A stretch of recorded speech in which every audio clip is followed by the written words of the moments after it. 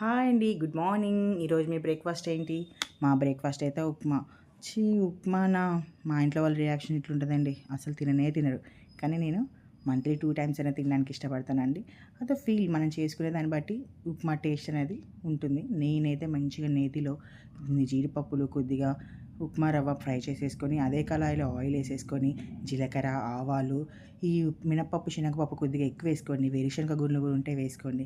అందులోనే కొద్దిగా అల్లం పీసులు చిన్న చిన్నగా తరిగి వేసుకొని, అందులోనే ఆనియన్స్ కొంచెం కారం ఎక్కువ ఉండేటట్టు పచ్చిమిర్చి వేసుకొని ఫ్రై చేసేసుకొని, దీంట్లో మంచిగా రవ్వ ఉడికించుకొని, రవ్వ మంచిగా పొడి పొడిగా, నాకైతే పొడి పొడిగా ఉంటేనే ఇష్టమండి. నేనైతే పొడిగానే తింటా. చాలామంది మెత్తగా, ఎవరిష్టం వాళ్ళదండి. మెత్తగా తినొచ్చు, పొడి పొడిగా. నాకైతే పొడి పొడిగా ఇష్టం కాబట్టి ఒక గ్లాస్ రవ్వకి 2 గ్లాసులు వాటర్ వేసి, లాస్ట్‌లో మంచిగా పొడిగయిన తర్వాత జీడిపప్పు వేసుకొని మంచి ప్లేట్‌లో పెట్టుకొని తింటుంటే ఉంటదండి టేస్ట్. అబ్బబ్బబ్బబ్బా!